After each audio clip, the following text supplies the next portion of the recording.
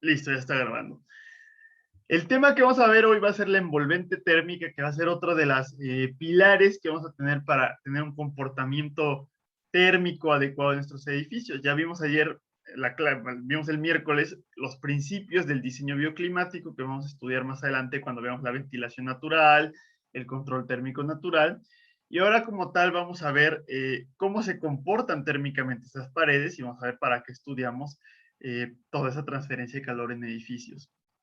Entonces, la envolvente térmica va a ser justamente la capa que va a proteger a los usuarios de las condiciones exteriores. Vimos que una de las motivaciones para la creación del refugio humano de la vivienda era justamente disminuir esas variaciones extremas que podría haber de temperaturas y otras condiciones meteorológicas en el exterior y que hubiera condiciones más estables de confort en el interior. Entonces, justamente esa cáscara que va a separar esos dos ambientes va a ser la envolvente térmica. También va a ser importante la condensación, eso lo vamos a ver ahorita.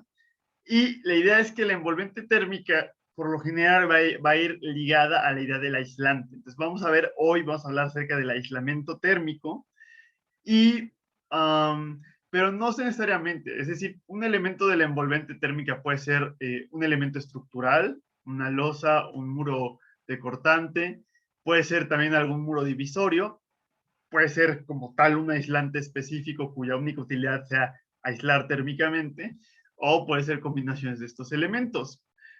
Eh, la idea es que vamos a tener una menor demanda energética porque el flujo de calor a través de las paredes va a disminuir. La siguiente clase vamos a ver hablar acerca de la ventilación mecánica y cómo la capacidad de los aires acondicionados depende de justamente estos flujos a través de las paredes. La idea es que si tenemos climatización mecánica, con una buena envolvente térmica es menor la energía que tenemos que utilizar, o que si tenemos un diseño bioclimático, ¿se acuerdan ustedes la curva que habíamos visto que teníamos una gran variación de la temperatura en el exterior? Lo bajábamos con el diseño bioclimático, lo bajábamos más con la envolvente térmica y ya si no era suficiente, ya utilizábamos climatización mecánica. Entonces, todos los materiales del envolvente van a tener un valor R de resistencia térmica. También ustedes lo pueden llegar a ver como U, que va a ser el inverso de la resistencia térmica. Entonces, cualquiera de las dos son aceptables. La idea es que, ya lo vimos nosotros en las clases de transferencia de calor con la parte de conducción, a mayor grosor de nuestro material va a tener una mayor resistencia térmica, que el aire estanco, es decir, el aire que no se está moviendo, va a ser que va a tener el mejor comportamiento, pero que para que el aire no se pueda mover tiene que ser una capa muy delgada. Cuando tenemos una capa más gruesa de aire, entonces va a empezar a poder circular, a moverse, tener convección, entonces disminuye mucho esa capacidad aislante. Pero si yo quiero aprovechar un gran grosor, la idea va a ser tener un material de muy poca densidad, que tenga mucho aire atrapado, pero que ese aire no se pueda mover. Entonces vamos a tener con materiales de baja densidad un mayor aislamiento térmico. Los aislantes, como se pueden utilizar en cualquier parte, les digo, la envolvente térmica es cualquier parte de la casa, puede ser el piso, puede ser un muro, puede ser el techo, puede ser partes divisorias. Entonces, puede ir por el exterior del edificio, puede ir por el interior, puede ir en medio de diferentes capas. Entonces, debido a esto, va a haber una gran diversidad de aislantes y las características que van a tener que cumplir va a depender mucho de dónde se esté utilizando. Entonces, van a haber 5 características que normalmente se les dan valores del 1 al 5, ahorita nada se las voy a mencionar, pero la idea es que tenga una resistencia a la compresión. La estabilidad dimensional se refiere a qué tanto se va a expandir o contraer de acuerdo al calor o al frío. Cómo se va a comportar con respecto al agua, porque muchos aislantes, cuando están mojados, disminuye considerablemente su valor de aislamiento. Eso puede ser bastante crítico si está entrando humedad a nuestro edificio. También que pueda tener resistencia a la tensión y que resista el vapor de agua. Esta parte del vapor de agua va a ser importante. Vamos a hablar esta misma clase de esto un poco más adelante. Y también la idea del aislante térmico como tal, el elemento aislante, es que no solamente sirve para aislar térmicamente, sino que también nos puede llegar a dar aislamiento acústico, nos puede llegar a dar protección contra el fuego y también puede proteger a la estructura de un deterioro debido a los elementos climáticos exteriores. Vamos a ver tres tipos de aislantes principales, que va a ser el mineral, el sintético y el natural. Ahorita les voy a mostrar varias fotos para que ustedes puedan verlos, cómo es como tal el aislante. El aislante mineral, pues simplemente va a tener que ver con justamente algún tipo de mineral, algún tipo de roca, etcétera. Aquí les tengo un pequeño resumen de qué son, pero les voy mostrando cada imagen. Tenemos el aislante de fibra de vidrio, que simplemente es vidrio reciclado y como que se sopla o se le inyecta aire y se hacen unos hilos muy delgados. Si ustedes pudieran ver esto con un microscopio, verían que son unos hilos entretejidos y todos esos hilos son de vidrio. Entonces, justamente por eso es muy esponjoso. Creo que alguien ya en alguna de las tareas me había mencionado que había visto en algunas casas que se utilizaba esta fibra de vidrio, ¿no? Es uno de los tipos de aislante comunes. Y profe, yo le había comentado que justamente bueno, en una casa de Estados Unidos que la vi que la estaban construyendo, metían eso como para aislar lo que era el aire acondicionado. Ah, Y, sí, ajá, sí. ¿Qué pasó? y justamente, o sea, haga de cuenta como que lo ponen entre, o sea, pues te levantan con madera, ¿no? Ujú. Y lo ponen, podría decirse como entre la madera, van poniendo eso, esa fibra de vidrio y justamente lo utilizan para eso, básicamente. Sí hay, gracias Brandon, sí es cierto, fuiste tú. Hay varias opciones, como tal en los ductos de metal del aire acondicionado, que lo vamos a mencionar brevemente en la siguiente clase, a veces se le aísla poniéndole justamente una capa de fibra de vidrio, como dices, como en Estados Unidos todo lo construyen, como dices, con estas láminas de madera, es algo muy delgado y tiene una resistencia térmica muy baja, y aparte las temperaturas son menores. Entonces, justamente le ponen una capa de, hay varios, o sea, uno es de la fibra de vidrio y este va por lo general por el interior y eso mejora el comportamiento térmico para que la calefacción no escape o para que estemos un ambiente frío debido al aire acondicionado, pues no esté entrando constantemente el calor del exterior. También Ángel creo que había levantado la mano. Sí, igual le quería mencionar, a veces en vacaciones o algo así trabajo bueno, levantando que es muros de tabla roca y ahí también se ocupa mucho esta fibra entre las hojas de la tabla roca. Lo que sí es que si no lo manejas con cuidado te Pica queda mucho. como que rastros en la piel y pica un buen la Sí, fibra.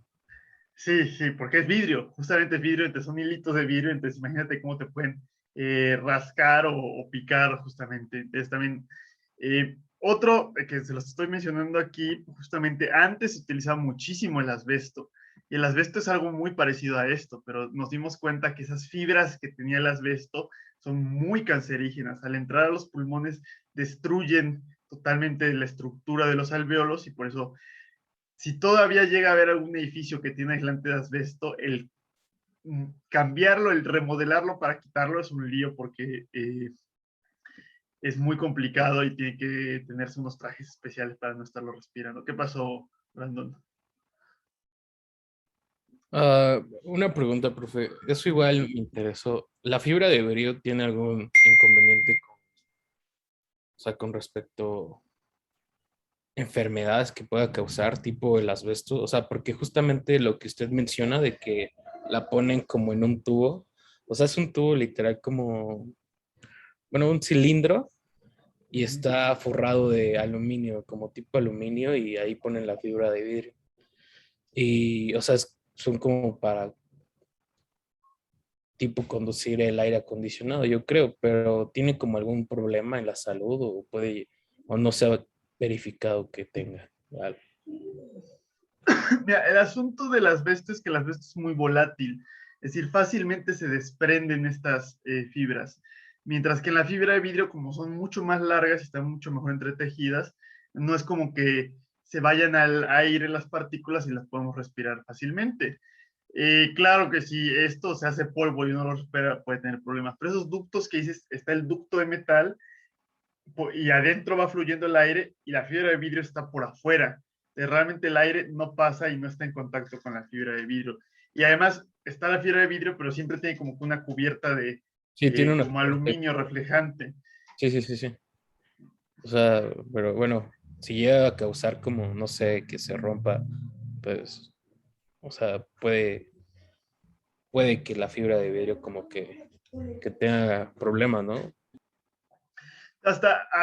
No lo sé con mucha precisión, pero hasta donde yo sé no es tanto problema porque es como una, pues sí, como una fibra, si uno separa la fibra. Sí, cualquier fibra eventualmente tiene problemas como el polvo. Si uno se la pasa 20 años trabajando donde hay polvo, eventualmente no tienes problemas de salud. Pero no es tan crítica la situación como el asbesto. O sea, el asbesto sí Ok, es muy, muy, muy grave. ok, gracias, prof. De nada, Brandon.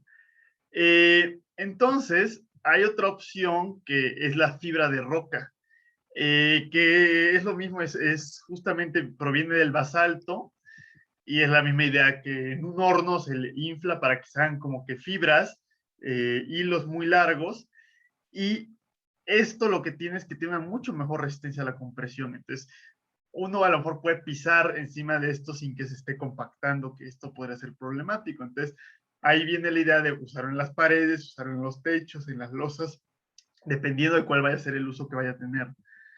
Otra es la fibra de escoria. La escoria de Altos Hornos, si recordar sus clases de construcción, no sé cómo se llama ya la de programación cuando les hablaron de los tipos de concreto, había un concreto con escoria de Altos Hornos. Entonces, cuando fabrican el acero, como que se hace una nata arriba de todas esas impurezas, y esas impurezas se pueden tomar y se puede utilizar como un aditivo para hacer un tipo especial de concreto, o también se puede utilizar como aislante. Y aquí es donde viene la idea de proteger a la estructura. Esto está también protegiendo de corrosión y contra incendios la estructura, aparte de dar un aislamiento térmico. Y es algo que se va a aplicar lanzado, como el concreto lanzado. eh, entonces es más fácil aplicarlo en ciertas partes que puede ser un poco más inaccesible. Pero si dan cuenta, lo mismo que decíamos, no tiene que tener una buena protección para no estar respirando esto. Ya aplicado no hay tanto problema, pero sí. De hecho, también es la idea del asbesto. Eh, los albañales todavía quedan muchos que eran de concreto con asbesto. Y no es tan problemático, el problema es cuando se rompe y se hace justamente este polvo y lo respira uno. Entonces, justamente cuando es más problemático el asbesto es cuando uno quiere retirarlo de un edificio, porque ahí quien lo esté retirando se va a empezar a deshacer y va a estarlo respirando. Entonces, se tiene que utilizar este tipo de equipo de seguridad. Otra va a ser la perlita, que es un tipo de mineral que puede ir de esta manera o pueden haber placas, ¿no? De acuerdo a cómo se vaya a utilizar. La vermiculita es una mica que se infla, se mete en un horno y se infla esto como si fuera palomita, pero también a veces, de acuerdo de dónde venga la vermiculita, a veces puede llegar a tener asbesto, ¿no? Entonces, no siempre es buena la vermiculita, pero es otra opción de aislamiento térmico. Otro es el vidrio celular, que se tiene vidrio fundido y se le inyecta aire para que quede con una gran porosidad y justamente va a aparecer como una piedra volcánica, ¿no? Entonces se pueden vender este tipo de bloques de vidrio celular. La otra siguiente opción que vamos a tener de aislantes van a ser los aislantes sintéticos. Los aislantes sintéticos justamente son productos químicos, por lo general son polímeros, es decir, plásticos. El problema que tienen es que muchos no se pueden reciclar o es difícil reciclarlos, también que luego cuando se queman pueden expedir vapores tóxicos, pero tienen muy buena resistencia al agua y al vapor de agua, entonces cumplen con estas características, ¿no? ¿Qué tipos tenemos? Está el poliestireno expandido, que no es nada más que unicel, pero son unos bloques bastante grandes de unicel, y vean cómo se está pegando aquí a la pared. El poliestireno extruido, que es el mismo material, pero se está como que inyectando en vez de tenerlo inflado. Y esto ustedes van a leer como en la tarea de hoy, un poco de los problemas que puede tener ambientales, que sí nos está generando cierto aislamiento térmico, pero también tiene un impacto considerable en la fabricación de este poliestireno extruido. Y este es bastante resistente, este sí es duro, que esto va a ser muy suave, ¿no? ¿Qué más tenemos? La espuma de poliuretano, que supongo que ya la habrán visto. Es difícil de trabajar sin que uno se manche o se esté pegando. Y porque siempre se infla más de lo que uno se espera que se va a inflar. pero es perfecto, es excelente para estar sellando filtraciones, entonces nos ayuda a generar aislamiento térmico y aparte a evitar filtraciones, también puede entrar en lugares de difícil acceso. Esta no es muy común, pero también existe, que es la espuma fenólica. Y por último, estos no son muy comunes, de hecho hay productos comerciales en Estados Unidos y en Europa, pero en México no sé si se vendan mucho, pero es una opción sustentable, ¿no? De poder tener algo que tenga poco impacto, que sea reciclable o compostable y que aparte nos genere este aislamiento térmico.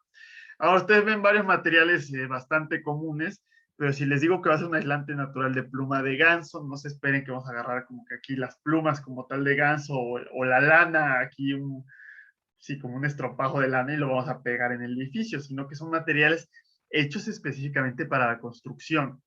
Entonces, como pueden ver, la pluma de ganso se fabrica para la construcción y vienen unos rollos que facilitan la instalación dentro de los edificios, que esto es más también se podría aplicar como Brandon nos dice, ¿no?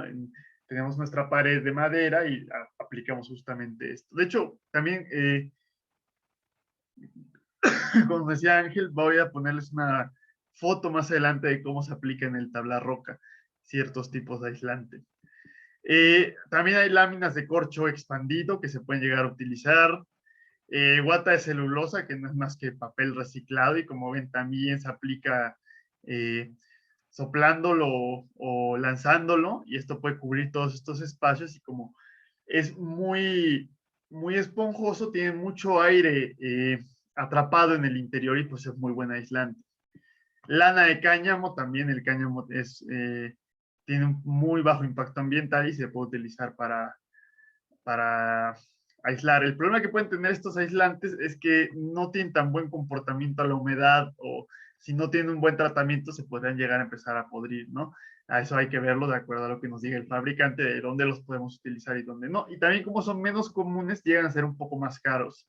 Pero bueno, si uno tiene esa idea de tener materiales que disminuyan el impacto lo más posible, puede ser una buena solución. Hay también rollos de lana de oveja, lana de algodón y como ustedes ven, esto es azul porque son pantalones de mezclilla reciclados, por eso tiene ese color. Entonces también ya es un material reciclado. Otra opción que vamos a tener, que es la opción tradicional, que es lo que les comentaba con las casas vernáculas, es el adobe. Sí, el adobe muchas veces se resquebraja o se vuelve muy frágil y pues no tiene tanta buena resistencia en las casas. Y eso sobre todo es por el control de la calidad de su fabricación. Es decir, un adobe bien hecho puede tener muy buena calidad y también es muy buen aislante, ¿no? Dependiendo de dónde lo queramos utilizar. A lo mejor divisorio en vez de tener algún uso estructural. Y ya yéndonos a la menor tecnología posible, que esto podría ser una buena solución o es algo que se ha aplicado en ciertos lugares rurales, es las pacas de paja, ¿no? Esto también es un muy buen aislante y puede servir para protegerse de las condiciones ambientales extremas. Va a haber otros tipos de aislantes, de acuerdo a lo que uno necesite. Están los blocks monomuros, que son fáciles de instalar, es decir, el rendimiento en su aplicación es bastante bueno, pero además, como tienen todos estos huecos que están atrapando aire, tienen un muy buen comportamiento térmico, entonces, como muro divisorio, también pueden dar una buena envolvente térmica. El concreto celular, bueno, es una lástima que estemos en línea, porque si no les mostraría yo un bloquecito que tengo de concreto celular. Lo mismo, se prepara el concreto dentro de un contenedor especial y durante el fraguado se le está inyectando aire, entonces queda un concreto muy poroso y ligero, que también se generan unos blocks que tienen una buena resistencia como para hacer muros divisorios y también tienen un muy buen comportamiento térmico, ¿no? Y ya hay otros concretos con perlita, con poliestireno.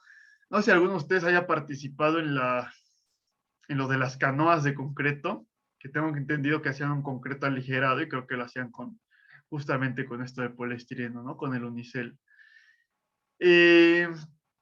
El problema que tiene esto es que le estamos quitando la reciclabilidad, ¿no? O sea, el concreto por un lado es reciclable, lo vamos a mencionar también brevemente y creo que a lo mejor los habrán llevado a la planta de reciclado de concreto.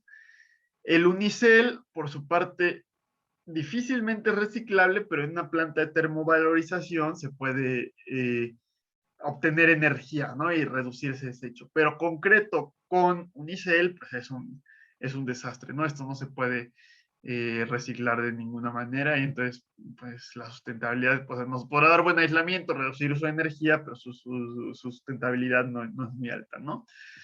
Otra opción, también alguien en una tarea me habló de los, no me acuerdo quién habrá sido, pero de que cuando fue creo que lo del sismo, que en un proyecto de reconstrucción habían hecho este tipo de tierra compactada o que se llama tapia o tapial, que simplemente es como un adobe pero como colado, entonces uno pone una cimbra y va justamente poniendo esto que es, tiene arcilla, que tiene cierto cementante, ustedes recordarán, y se va compactando y puede quedar algo bastante estético. Y para mejorar su comportamiento también en el adobe, para mejorar su comportamiento se le puede poner una cantidad pequeña de cemento y ya tiene una mejor resistencia, ¿no? Entonces es otra opción que existe.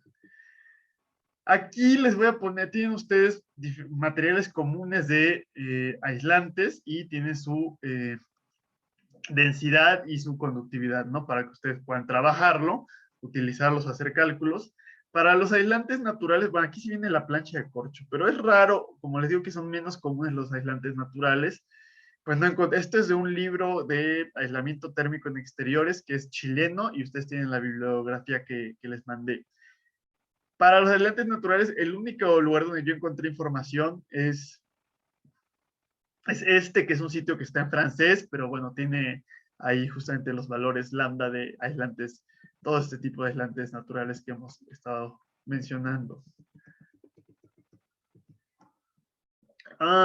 Ok, ahora sí viene el problema de condensación. Entonces ustedes recordarán que el aire es el aire húmedo, es una mezcla de aire seco y vapor de agua. Entonces, el aire húmedo que tenemos en un cierto lugar, gracias a nuestro diagrama ciclométrico, podemos decir que tiene una cierta cantidad de humedad absoluta y que esa humedad absoluta corresponde a cierta humedad relativa, porque el aire tiene un máximo de humedad que puede tener, que es la humedad de saturación, que es del 100% humedad relativa, ¿no? Si tiene menos que eso, la humedad relativa es diferente. Pero la humedad relativa depende de la temperatura. Entonces yo puedo tener una masa de aire con cierta humedad relativa y si la enfrío, aumenta la humedad relativa y si la caliento, disminuye la humedad relativa. Entonces, si bajamos continuamente la temperatura hasta llegar al 100% de humedad relativa, entonces estamos llegando a la temperatura de rocío. Y si bajamos todavía más la temperatura, vamos a tener condensación. Entonces, esa condensación puede suceder en un muro. Entonces, si es la superficie del muro la que tiene una temperatura menor que la temperatura de rocío, va a haber condensación superficial. Y es mala, vamos a ver ahorita los problemas que puede tener. Pero además, lo más grave puede ser que esa temperatura de rocío se alcance en un punto intermedio de nuestro muro, donde se va a llamar condensación intersticial y es peligrosa porque no la vamos a ver, pero aún así va a estar dañando los materiales, corroyendo varillas, ya dijimos que no aíslan igual los materiales si están húmedos, etcétera.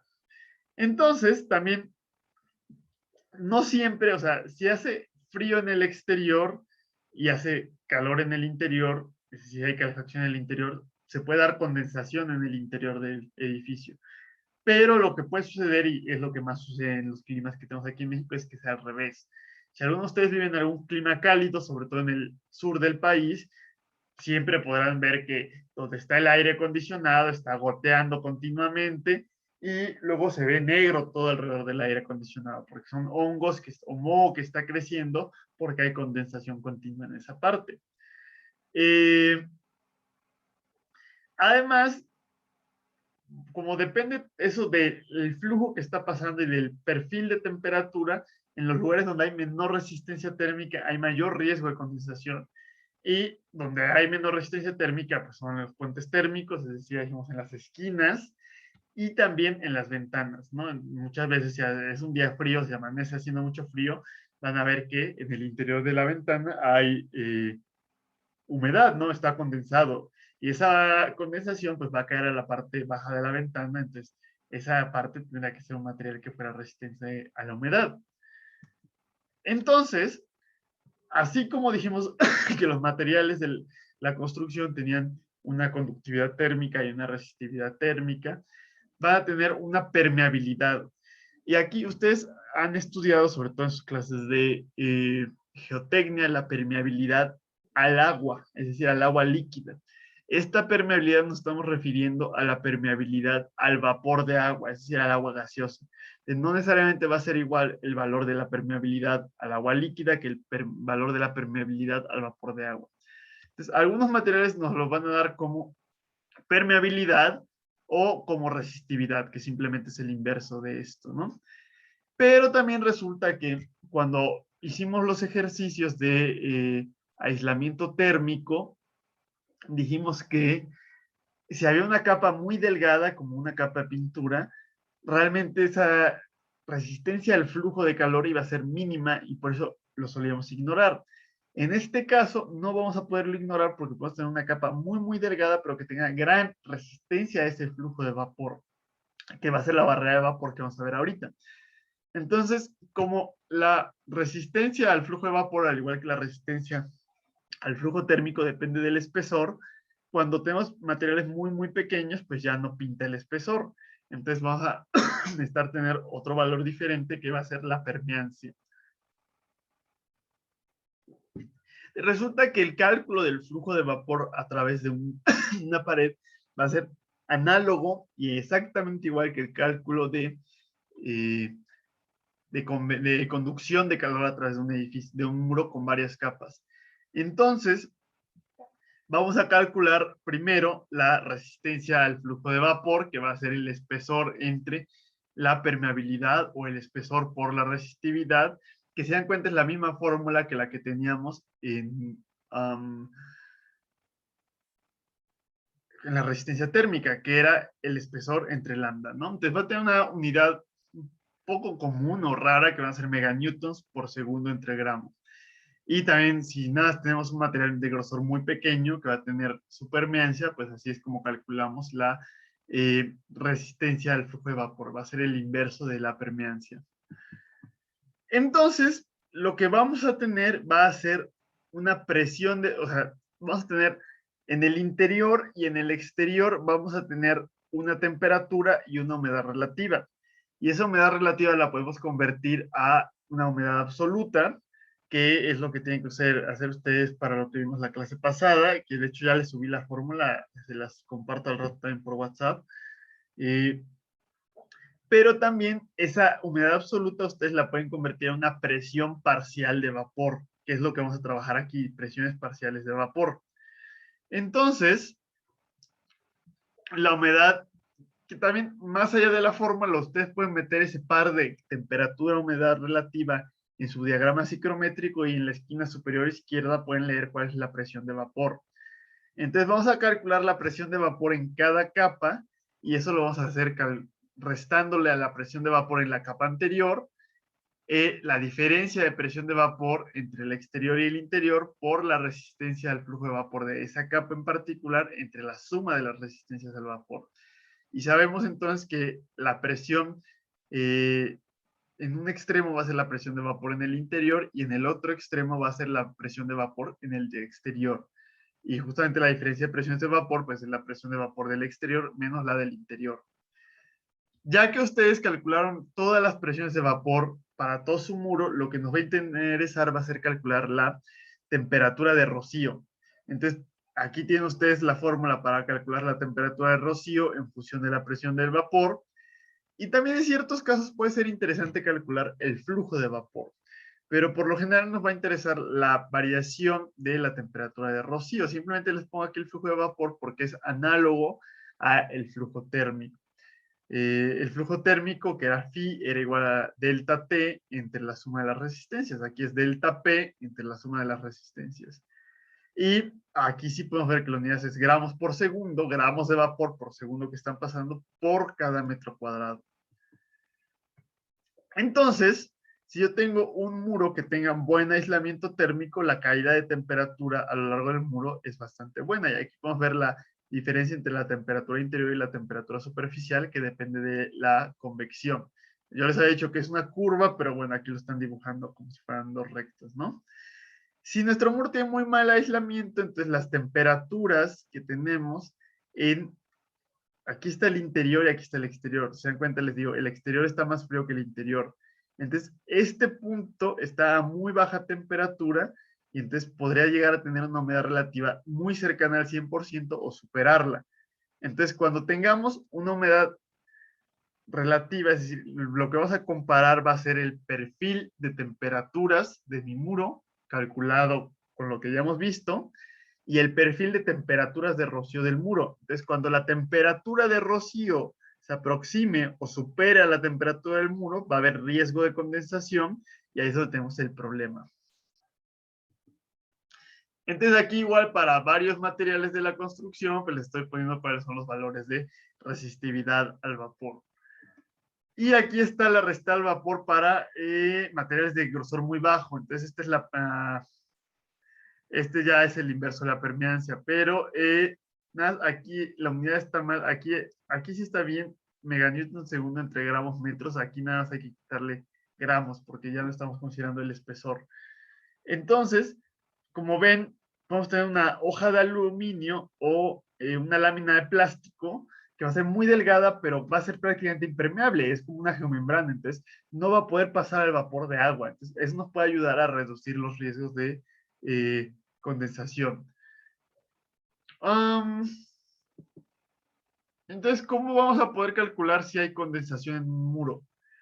Primero, es importante calcular la condensación en muros para todos los muros que tienen un lado que da al exterior.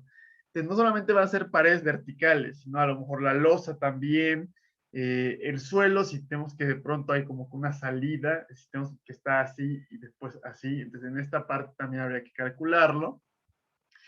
Y entonces vamos a poner unas condiciones de temperatura en el exterior, que va a ser el par con temperatura baja mínima y la humedad relativa que tenga. Es decir, el día más frío que tengamos, o si por el contrario pensamos que va a poder haber condensación en el exterior, podemos escoger la temperatura más alta que haya en nuestra localidad. Mientras que en el interior vamos a tener una cierta temperatura de diseño, que ahorita se las enseño, y una humedad relativa del 50%. Va a haber para ciertas zonas delicadas donde la resistencia superficial va a cambiar. Ahorita les digo por qué. Y hay que calcular entonces el perfil de temperatura, como ya lo hicimos con conducción y convección, y el perfil de presiones de vapor con esta fórmula. Cómo va cambiando la presión de vapor a lo largo de las capas de mi muro. Convierto las presiones de vapor a un perfil de temperaturas de rocío con esta fórmula. Y ya se los comenté, si la temperatura de rocío es mayor que la temperatura normal o que la temperatura de bulbo seco, hay condensación. Entonces, la temperatura que vamos a tomar en el interior para diferentes lugares va a ser esta temperatura. Por ejemplo, para un local con trabajo pesado vamos a tomar 12 grados, destinado a viviendas 18 grados, que esta no es la temperatura que vamos a tener de acuerdo al método de adaptación o a los métodos que vimos del PMB, sino que esta es la temperatura únicamente para el cálculo de riesgo por condensación.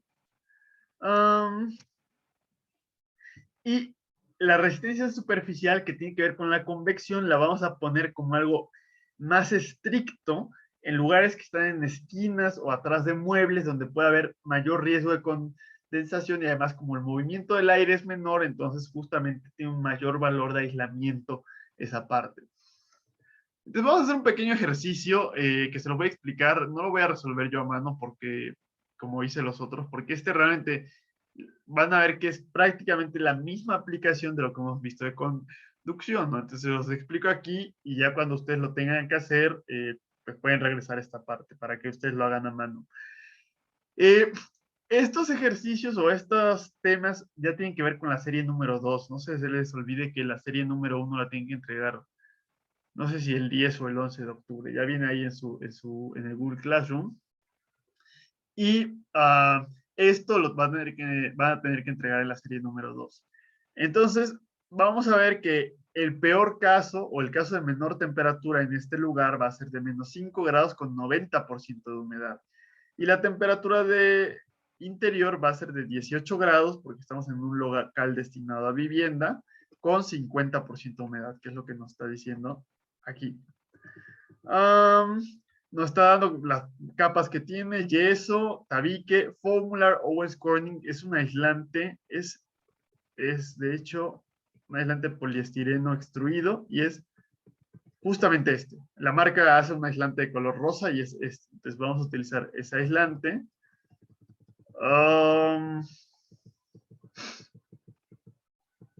¿Qué más? Y vamos a tener otra capa de yeso, ¿no? Entonces ya estoy dando aquí la resistividad al vapor. Si ustedes buscan la ficha técnica, viene la resistividad al vapor y viene la conductividad térmica del material, y le estoy dando ya el espesor. Entonces lo que vamos a hacer es esto. Ustedes primero van a calcular la parte de la conductividad térmica. Entonces ponen los espesores de sus diferentes capas, ponen las conductividades térmicas de cada una capa y calculan sus resistencias. Esta resistencia va a ser la resistencia de cada capa, y recuerden, tienen que ver la resistencia exterior y la resistencia interior. Y van a calcular una resistencia equivalente, que va a ser la suma de todas estas resistencias. Ya con la resistencia equivalente y con la diferencia de temperatura entre el exterior y el interior, pueden ustedes calcular el flujo térmico. Y con ese flujo térmico, como ya lo hemos visto, pueden calcular el perfil de temperaturas. Obviamente no se les olvide que tiene que haber una temperatura superficial que va a ser diferente a la temperatura exterior, porque ahí hay una resistencia de convección. Y esa parte, pues ustedes ya lo saben hacer y podrían hacerlo sin ningún problema. Lo que sigue es la parte de la condensación. Entonces, igual van a poner las resistividades de cada una de sus capas, y con el espesor y la resistividad van a calcular la resistencia al flujo de vapor de cada capa. Pero aquí es donde viene el detalle, y es lo que quiero que vean. Mientras en el flujo térmico estoy considerando justamente esa resistencia exterior e interior debido a la convección, en el flujo de vapor no va a haber resistencia superficial, o no va a haber resistencia por convección, porque obviamente el aire pues permite pasar todo el vapor de agua que tenga. Entonces justamente esa resistencia por convección, que corresponde a una capa de laminar de aire, pues no va a pintar aquí. Entonces ya podemos calcular, justamente aquí viene la fórmula para que ustedes calculen las resistencias. Tienen que calcular una resistencia equivalente, que va a ser la resistencia al vapor. Y ahora sí empezamos a calcular la presión de vapor de saturación. Yo me voy a mi diagrama ciclométrico, pongo estos dos puntos y leo que la presión parcial de vapor en el exterior es de 378.9 pascales. Leo en el interior y veo que la presión de vapor va a ser de 1032 pascales. Y ahora sí empiezo a aplicar esta fórmula, ¿no? Y simplemente la voy aplicando para obtener un perfil de presiones parciales de vapor. Y es lo que les digo aquí. Si ustedes ven, la temperatura exterior y la temperatura superficial exterior son diferentes, porque hay una resistencia por convección. Pero aquí la presión parcial de vapor exterior y la presión parcial de vapor de la superficie exterior son la misma, porque no hay una resistencia por convección. Es como si fuera únicamente por conducción. Entonces es importante que no cometan ese error. Y ya que tienen la presión de vapor en cada capa, convierten a temperatura de rocío.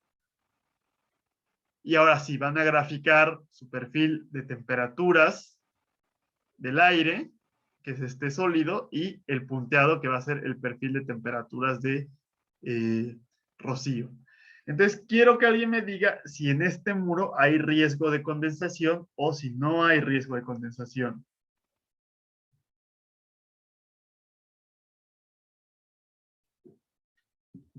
Vamos a ver si no.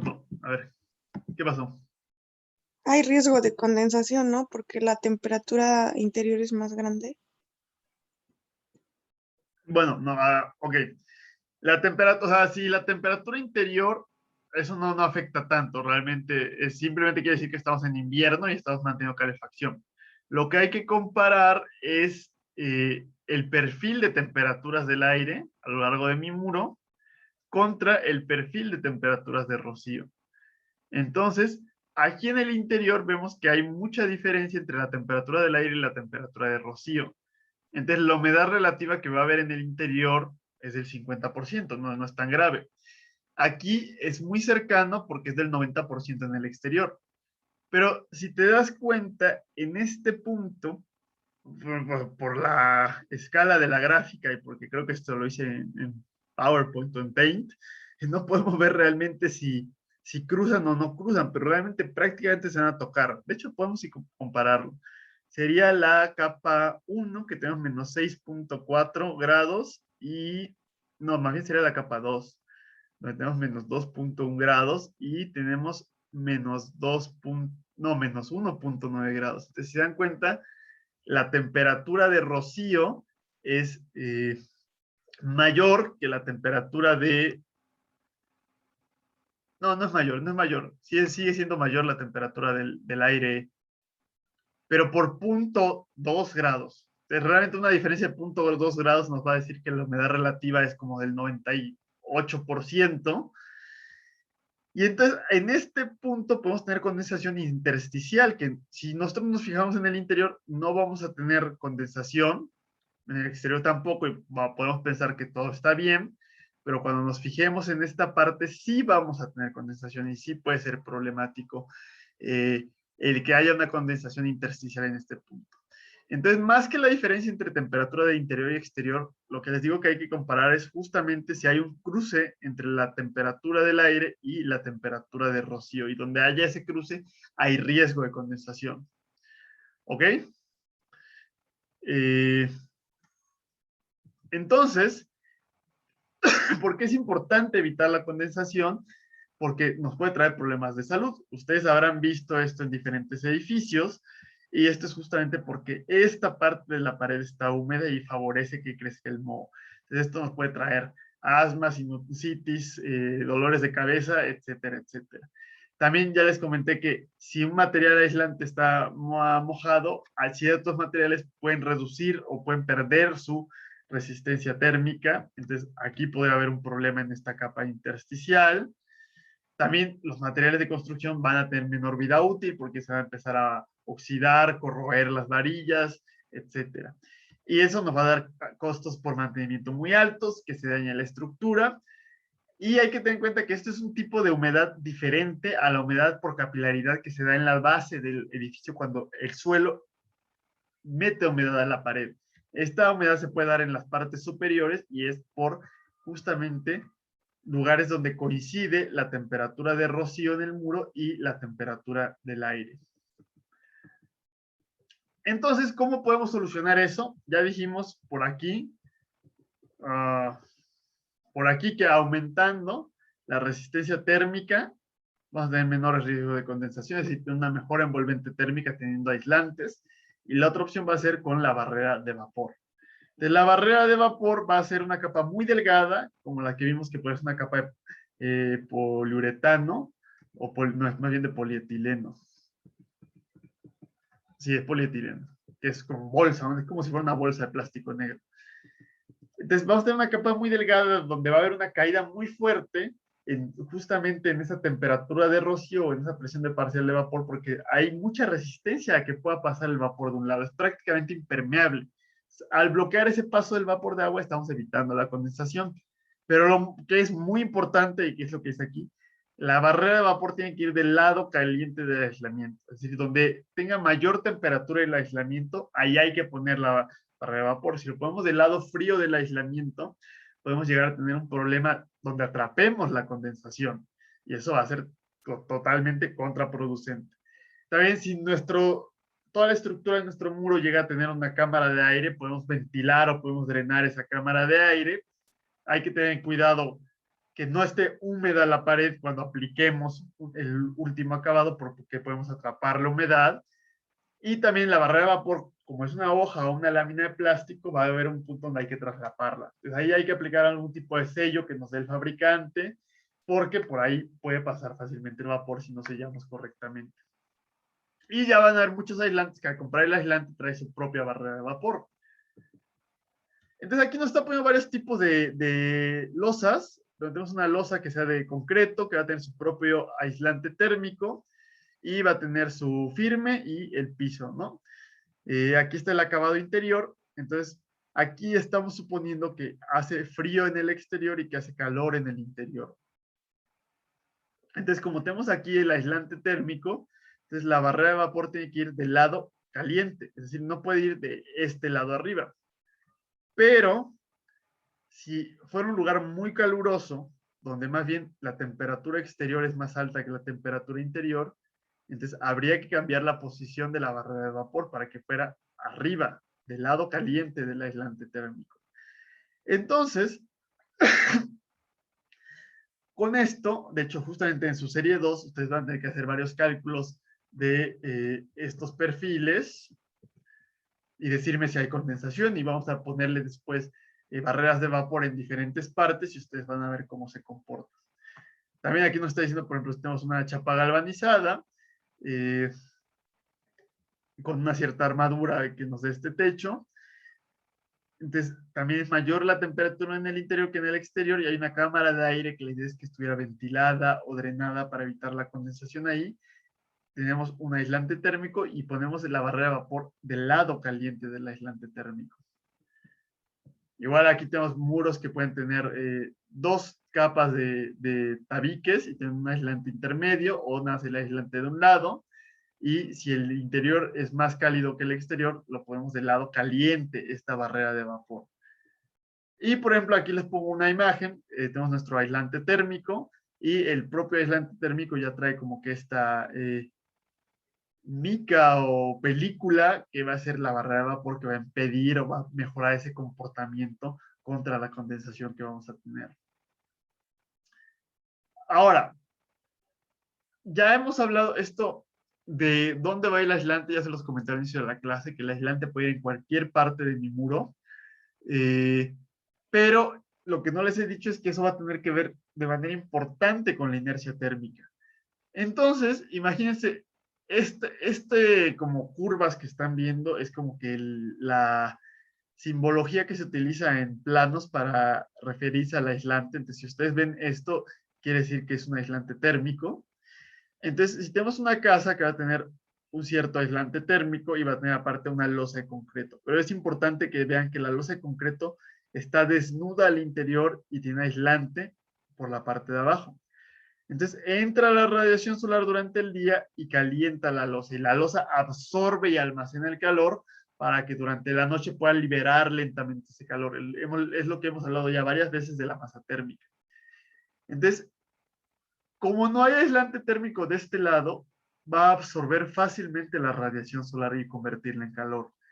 Y cuando sea de noche y tenga la losa que liberar calor, la losa va a liberar calor no solamente hacia el interior, también lo va a liberar hacia abajo. Pero, como hay mayor aislante térmico, va a haber una mayor resistencia al flujo térmico hacia abajo que hacia arriba. Entonces, la gran mayoría del flujo térmico se va a ir hacia arriba. Entonces, vamos a liberar mayor calor hacia el interior de nuestra habitación. Entonces, si queremos generar masa térmica con muro, pared, techo, etcétera, pues hay que procurar que lo que dé hacia el interior no sea el aislante térmico. Pero también, si quiero, por ejemplo, tengo un techo donde no quiero generar masa térmica, entonces sí puedo poner el aislante de este lado para que ese calor que se almacena en la losa se rechace hacia afuera, en vez de enviarse hacia adentro. Que eso va a tener que ver cuando vimos con la vivienda vernácula, porque en los climas cálidos secos el muro era más importante que el techo. Dijimos que el techo tenía que ser muy delgado y no dar inercia térmica. El por qué todavía lo vamos a ver un poco más adelante, pero aquí hay una de las formas modernas de poder evitar eso. Es decir, que en mi losa, en mi piso, sí vaya al interior el material con masa térmica y hacia el exterior el aislante. Pero en el techo, más bien lo que quiero es que tenga el aislante hacia el interior y mi losa de concreto hacia el exterior para rechazar la inercia térmica en el techo. Entonces tienen ustedes esta pequeña gráfica donde les está explicando más o menos cómo se comporta una losa, o pues, sí, un cierto muro, por ejemplo, donde tenemos radiación solar que está incidiendo y tenemos nuestro elemento con la masa térmica. Entonces, durante el día, cuando esté incidiendo radiación solar, va a estar absorbiendo calor. Entonces, hacia acá, hacia abajo, quiere decir que está retirando calor porque lo está almacenando dentro de su propio cuerpo. Y en la noche, que ya bajó la radiación solar, va a empezar a liberarlo al exterior. Y esto va a hacer que, en vez de tener estos picos fuertes durante el día y durante la noche no tener nada, que sea un poquito más constante, porque durante la noche estamos logrando liberar lentamente cierta cantidad de radiación o cierta cantidad de calor. Entonces, es una estrategia importante el aprovechar esa masa térmica.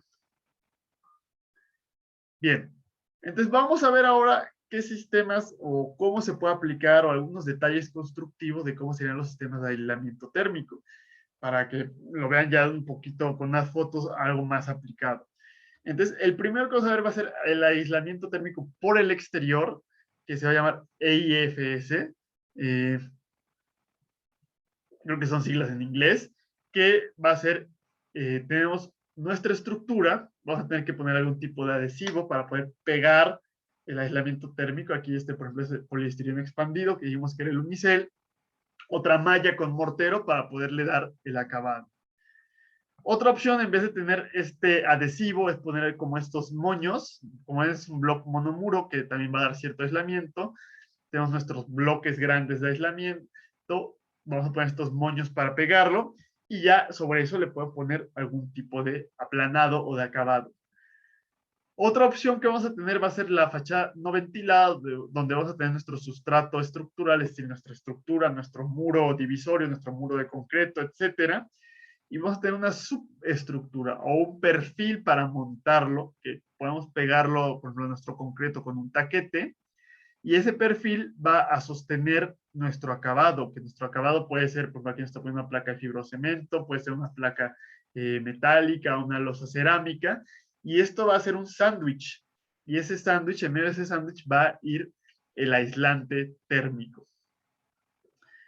Entonces, aquí hay una foto. Tenemos nuestro perfil donde va a ir montado este acabado, que como es un acabado bastante moderno, pero abajo lo que tenemos es un aislamiento térmico que está fijado con estos como moños. Este tipo de aislamiento es seguramente a vista, yo les podría decir que probablemente sea lana de roca, fibra de roca, por cómo se ve, ¿no? Entonces, como ven, realmente el poner un acabado por el exterior no nos limita realmente el poner un aislante en el exterior no nos limita en cuanto al acabado. Las posibilidades, o sea, puedo poner algo que simplemente sea como si fuera yeso o un aplanado o cal, o puedo poner ya este tipo de fachadas más modernas. Realmente no por poner aislamiento vamos a estar restringidos a cierto tipo de acabado. Y por eso prácticamente cualquier edificio o una renovación es fácil poner un aislamiento térmico. Y lo mismo, el aislamiento térmico no solamente sirve para climas fríos, donde queremos evitar que entre, que salga el calor del interior. También en climas cálidos, donde tenemos una temperatura menor afuera, queremos evitar que esté entrando continuamente el calor. Y eso lo vamos a mencionar con las cargas latentes en la siguiente clase. El siguiente ejemplo que vamos a ver va a ser la fachada ventilada, y esto va a tener que ver con el ejercicio de la fachada doble con ventilación que yo les puse en YouTube, que era de la transferencia de calor. Vamos a tener, en vez de tener este sándwich totalmente cerrado, va a haber un espacio hueco entre esta placa y el aislante, por donde va a poder fluir el aire. Y va a tener que ver con la chimenea solar o la chimenea térmica, donde se va a calentar nuestro acabado, y en vez de enviar el calor al interior, vamos a tener un aislante que va a estar evitando que pase, y lo que va a pasar es que se va a calentar este aire, y como el aire caliente sube, va a fluir ese aire, entonces vamos a estar rechazando continuamente ese calor, sacando un aire con un sistema de ventilación natural que únicamente va a depender de las diferencias de temperatura. Aquí tiene otro detalle, no tiene su base estructural, la subestructura de montaje, el aislamiento, un hueco y sus placas de revestimiento. Ya aquí hay una vista como tal de cómo se ve. Como ven, el perfil sobresale del aislamiento para que pueda haber un flujo, un hueco de aire, y aquí es donde lo pueden ver. Incluso pueden ver cómo se está poniendo este tipo de, como de azulejo o loseta cerámica que da un acabado bastante interesante. Como ven, esto también es un aislante de espuma de poliuretano, que ya hemos hablado. Entonces va a quedar justamente este hueco. Entonces lo que se va a calentar va a ser este... Ah, caray, a ver qué pasó. Se va a calentar este aire y ese aire va a subir y va a salir en vez de mandar el calor al interior. Entonces eso puede ser bastante útil en climas cálidos. Otra opción, ya les puse unas imágenes donde vimos cómo era el aislamiento por el exterior, pero también tenemos la posibilidad de poner aislamiento por el interior de los muros. Sobre todo si es una fachada histórica, por ejemplo, por el exterior, pues no vamos a poder hacer este tipo de remodelación. Entonces podemos un acabado por el interior y esto era parecido a lo que Ángel nos menciona. Esta es una placa de tabla roca o de cualquier tipo de yeso que tengamos, y siempre van con algunos perfiles de aluminio para poderse montar, ¿no? Y el perfil de aluminio es el que va unido a nuestro muro divisorio, a nuestro muro estructural. Usualmente lo que queda es un hueco en esa parte, pues que queda vacío, ¿no? Entonces queda vacío esa parte, pero lo que se puede aprovechar es para poner cierto tipo de aislamiento. Incluso ya Tabla Roca es una marca, no es el producto como tal, ¿no? O sea, uno puede instalar estos muros de yeso sin que sea marca Tabla Roca, hay otras competencias, pero sé que al menos Tabla Roca como tal ya vende un bloque completo que viene pegado el muro de yeso y viene el aislante, y entonces es mucho más rápida la instalación y ya nos genera pues cierta protección contra este flujo de calor. Otra opción, si nos queremos ahorrar esta parte de la perfil de aluminio, es simplemente pegar, le ponen aquí como un pegamento, una plastilina epóxica, y también viene ya nuestro bloque completo que trae aislante y acabado, y lo pegamos en la pared como va, ¿no? Otra opción va a ser poner ese aislamiento exterior en los techos, en la losa, y aquí está el foamular que ya les había puesto yo en el ejercicio. Tenemos nuestra losa armada, y lo interesante es que normalmente después de la losa pondríamos nosotros un firme y el acabado. Este tipo de aislamiento, como tiene muy buena resistencia a la compresión, va abajo del firme. Entonces va la losa, el aislamiento, el firme y luego el acabado. Eso también le va a dar una mayor vida útil a nuestro aislamiento térmico. Otra opción va a ser, como ya les mencioné, poner por abajo del techo el aislamiento para rechazar esa inercia térmica.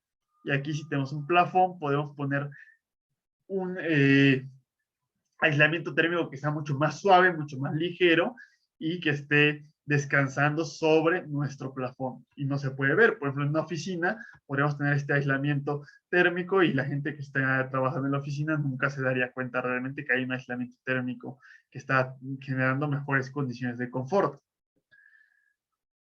Otra opción también que ha salido mucho ya es una lámina metálica, pero ya la propia lámina metálica tiene un aislante incluido, ¿no? En suelo también se puede poner aislamiento. Aquí tenemos una losa de vigueta y bovedilla, y justamente tenemos este acabado de duela o de lo que quieran, y abajo entre la losa y el acabado va a haber un cierto tipo de aislamiento térmico que nos va a dar esta protección o esta resistencia. Y bueno, ya para acabar, tenemos los puentes térmicos, que ya habíamos hablado de los puentes térmicos. Son las esquinas, son las ventanas donde es más delgada la envolvente térmica de las paredes, o hay un flujo ya en 2 dimensiones, y por donde se escapa el calor. Aquí hay una menor temperatura en el exterior que en el interior, y toda esa calefacción no está saliendo por los muros, porque los muros tienen aislantes térmicos, pero sí a través de estos puentes térmicos, y esos puentes térmicos pueden llegar a ser un porcentaje importante. Entonces, la idea es justamente esta, donde se rompe el aislante térmico. También está en francés, pero fue la mejor imagen explicativa que llegué a encontrar. Podemos ver un caso con aislamiento térmico por el interior o aislamiento térmico por el exterior. Si se dan cuenta, cada que hay una losa se rompe ese aislamiento térmico por el interior y justamente por aquí puede escapar el calor porque no hay ningún tipo de, o puede entrar el calor porque no hay ningún tipo de aislamiento. Pero incluso cuando es por el exterior, pues aquí se está rompiendo el aislamiento térmico y por aquí está escapando el calor. Entonces justamente esta es la idea y esta imagen es interesante porque quiero que se la imaginen de dos maneras. Piensen que esto es el exterior, el lado izquierdo, y el lado derecho es el interior. Entonces ya dijimos que se rompe el puente térmico por esta losa y por ahí escapa el calor. Mientras que si yo pusiera el aislante térmico por el exterior, no se rompe el puente térmico. Pero ¿qué pasaría si por el contrario el lado izquierdo es el interior y el lado derecho es el exterior? Y esto fuera, por ejemplo, un balcón, una pequeña protección solar que vamos a hablar más adelante de ellas. Si el aislante está por el exterior, se rompe el aislante y hay un puente térmico, mientras que si está por el interior no hay rompimiento del aislante y no hay puente térmico. Entonces, deshacerse de los puentes térmicos no es algo tan sencillo como decir ponlo por afuera o ponlo por adentro, sino que hay mayor complicación en la solución con respecto a el puente térmico. Entonces, una opción que se le da es poner aislante térmico tanto por el interior como por el exterior. Y aquí, como ven, aquí hay un puente térmico. Aquí tenemos por el interior y por el exterior y ya no se genera este puente térmico. Y también otra forma de por exterior e interior donde no hay puente térmico. Otra opción es aquí donde tenemos los muros o las losas, es extender un poquito este puente térmico y entonces ya la distancia que tendrá que recorrer este flujo de calor es mucho mayor y entonces ya se disminuye considerablemente ese puente térmico que podamos tener. Aquí pueden ver un ejemplo más o menos de cómo estaremos protegiéndonos contra ese puente térmico. Otra solución que se le da es tener el principal aislante térmico por el interior y tener un aislante térmico menor por el exterior, que sea bastante más delgado y que tenga una resistencia térmica menor, pero que es el que nos va a proteger en estos casos. Y ya otra solución va, que esta solución, se las pongo porque es curiosa, pero en la Ciudad de México o en zonas sísmicas realmente no aplicaría mucho. O sea, vean cómo se hace una vigueta y bovedilla. Esto lo hacen en Europa. Y la última bovedilla, pues simplemente es un bloque de unicel, ¿no? Pues no es muy bueno esto, porque de hecho justamente quedaría separada hasta cierto punto la losa y únicamente quedaría unidas por estas nervaduras. Entonces da una menor resistencia sísmica. A lo mejor en partes del noreste del país, como Monterrey, donde tiembla mucho menos, pues podría llegar a ser esta una buena solución, ¿no?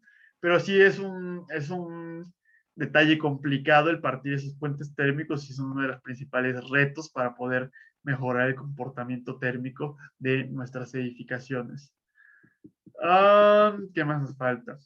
Las ventanas, por último, o sea, no es lo mismo tener una ventana simple, una ventana doble, y esta, por ejemplo, podemos tener una ventana doble que simplemente sean dos ventanas pegadas, o estas ventanas que son DVH, que es doble vidriado hermético, donde incluso a veces el interior está evacuado, es decir, está a una menor presión y todavía tiene un mejor aislamiento, o incluso a veces lo llenan con helio o algún otro gas inerte que tiene todavía mejores propiedades de aislamiento.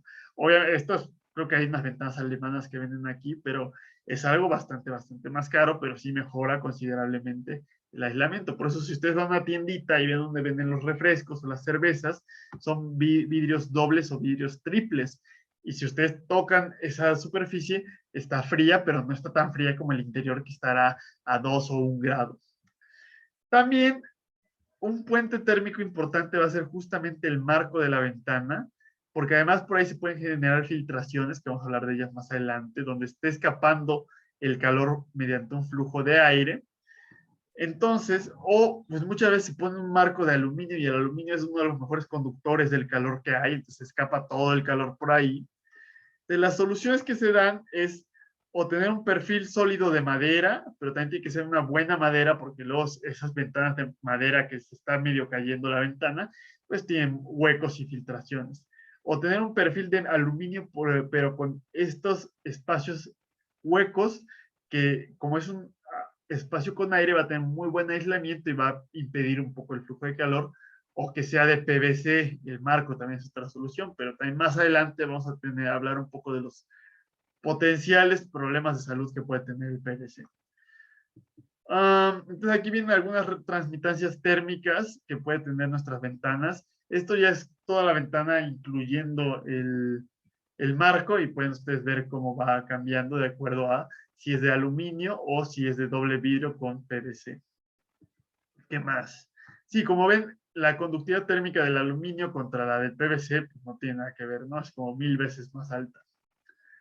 Pero las ventanas son buenas porque dejan pasar la radiación solar, entonces en invierno nos van a permitir calentarnos, pero en las noches van a estar siendo una pérdida constante de calor y por eso hay que tener cuidado de esos puentes térmicos que podemos tener en las ventanas. Entonces, que ya prácticamente acabamos la clase de hoy. Lo último va a ser cuando podemos utilizar una habitación completa como aislamiento. Es decir, tenemos un sótano, un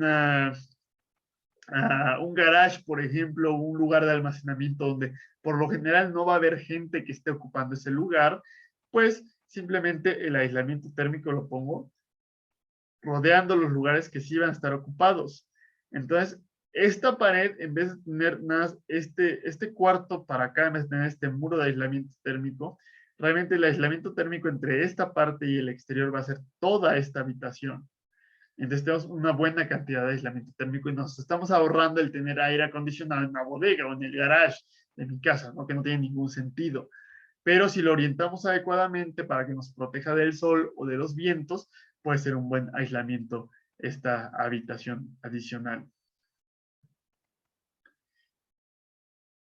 Entonces, bueno, eso es todo lo que vamos a ver el día de hoy. No sé si tengan alguna duda, también les pido una disculpa por a lo mejor haberme ido más rápido en algunas partes, pero pues tuvimos este problema de WhatsApp y tuvimos varios minutos menos de la clase. Entonces, no sé si tengan alguna duda.